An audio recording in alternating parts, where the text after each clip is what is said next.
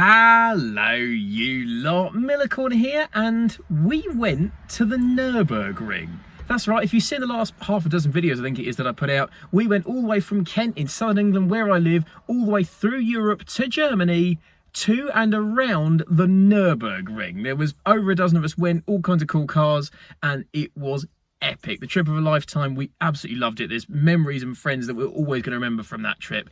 It was brilliant, and I really hope the videos conveyed just how much I enjoyed it and the whole experience, the tourism, seeing the sights, the roads, and of course the Nürburgring itself. And I encourage you all to ask some questions about the trip, because if it's a trip you're thinking about doing, you haven't yet had the courage to go and do it, what do you need to know? So I reached out on Instagram and the YouTube community page, ask me anything about the Super Seicento's Nürburgring adventure. So I'm filming this on a phone because I'm a dickhead and forgot to charge my camera batteries. I've got your questions on another phone here. I'm going to go through your questions without further ado.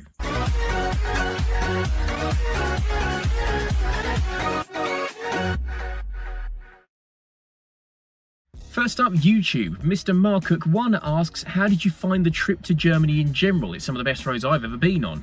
And I would agree, as I'm sure you saw in the videos I put out, Germany is stunning. You don't think of it as being a picturesque country. Get out into the countryside, particularly around the Nürburgring, and it is beautiful. Some of the best roads I've ever driven on. They're billiard table smooth, well maintained. The views are brilliant. Even if you don't go round the Nürburgring, just going to it and the community and the roads around it is worth the trip alone. If you like a nice driving road, it was great. We had fun drives every single day, even if we weren't going around the Nürburgring, and even when the rain slightly stopped play for us on the ring on day one. Dr. Green Thumb 4118 asks, do you think you'd be welcome at the ring with a low-powered car? Well, the proof's in the pudding here. I took a car with 70 horsepower at most, realistically, and I was welcome with open arms. You're probably not going to get the GT3 RS drivers with their Nomex suits and their racing boots talking to you, but who wants to talk to them anyway? You can talk to all the people there at a base level with the older cool nuggets that we all love, whether it's E36s that have been modified, loads of MX-5s and stuff. There's all sorts of cool hot hatches. You saw my little Cinquecento go past us. On the Nürburgring, the beauty of it all is that provided your car can go faster than 60 miles an hour, you're allowed to go on it, and that means anything goes, everything's welcome, and that creates a really nice community spirit. All I would say is do be aware that you're going to get overtaken a lot on the Nürburgring, no matter how fast or how slow your car is, and that's only amplified if your car doesn't even have 100 horsepower. But whatever it is, you can thrash the balls off it on the Nürburgring, particularly if you've got something really low powered, and if anything, you'll have an even better time than someone who's terrified of binning their GT3 RS. So not only is it welcoming, but personally, particularly for your first Nürburgring lap, you got a low powered car, I'd encourage it. Auto Animals asks, any advice you'd give to someone looking to go to the Nürburgring for the first time? Don't have any expectations of your car or yourself, because no matter how fast you think you are, there will be someone in a diesel Golf overtaking you. It's a really enjoyable experience to drive, and of course it's hallowed ground for a lot of petrol heads, but don't have high expectations of yourself. Like on my first lap, we didn't even actually exceed the road speed limit until the final straight, so don't go thinking you're going to thrash and be ridiculously fast and impress people.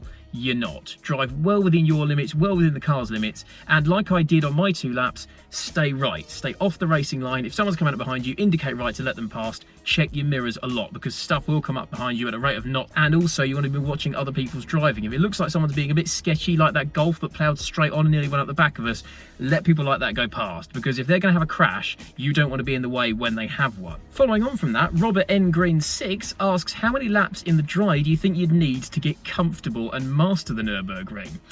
I think Sabine Schmidt said she'd done 100,000 laps in her life or something like that. After my second lap, I at least knew the way it worked. I had a rough idea what was coming next. I'd done a little bit of practice on the Xbox, and I watched a couple of laps on YouTube, Misha and so on, but don't think you're going to learn it quickly. And I got familiar with a couple of the corners, but particularly when I only got half a dry lap in, when you think it started raining at the second half of my second lap, it would take a long time. But the old adage goes that people tend to crash on the Nürburgring on either their first lap or their fifth. Their first one because they think they know it, and their fifth lap because they think they're getting to know it. And then you get cocky, and then you bin it in a wall. And if you go and watch some of the videos online about how much crashing at the Nürburgring costs, yeah, that might temper your right foot just a little bit. Will Amos 13 asks, would you go back when the weather is a bit less British? We had planned for it to be good weather, but if we knew for certain that we were going to have a dry track, we were going to be able to push the cars a bit harder, there was no danger of sliding off in the wet like we did have, particularly on lap 1, then absolutely, I would imagine imagine it's 10 times the fun on a dry lap because suddenly the only limits are yours and your car's, not the limit of adhesion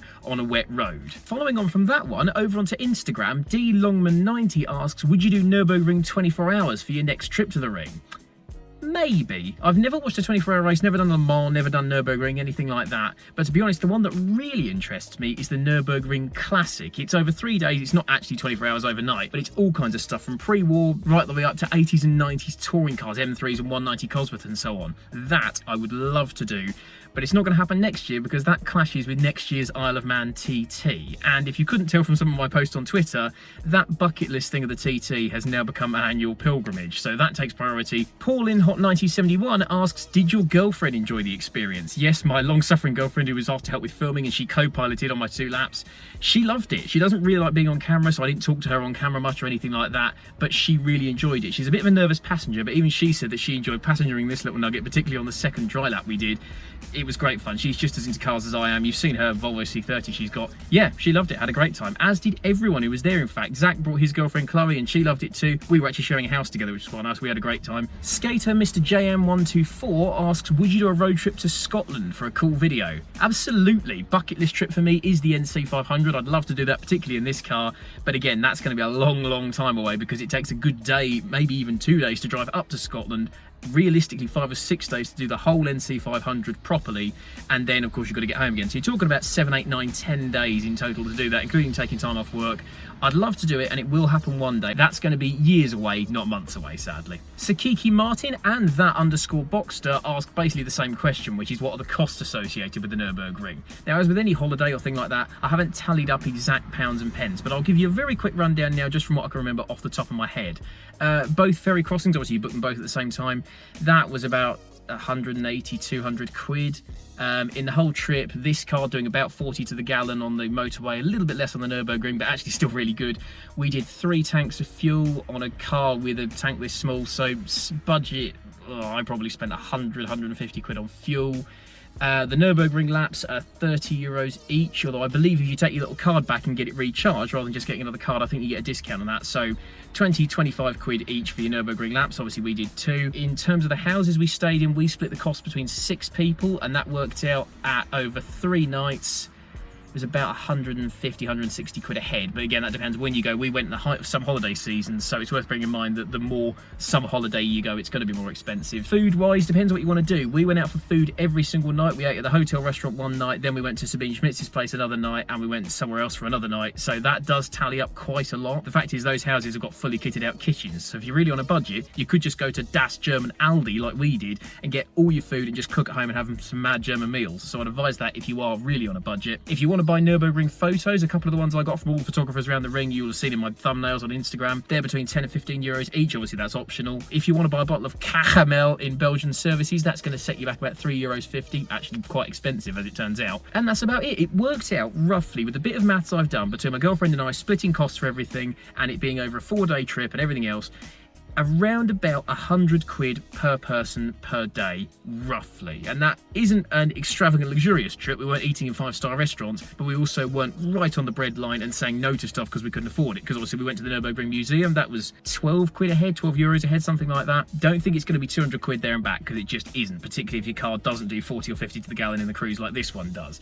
If you want to try and be really frugal with it, you could stay in an Airbnb or something like that, but we like the idea of staying in those houses in that village nearby. Generally, for a 3 or 4 day trip, 500 or 600 quid, roughly, for 2 people is about where it's at. And frankly, I'd take that over a holiday in Spain any day of the week. Finally, from Mr. DL Warren on Instagram, would you do it again?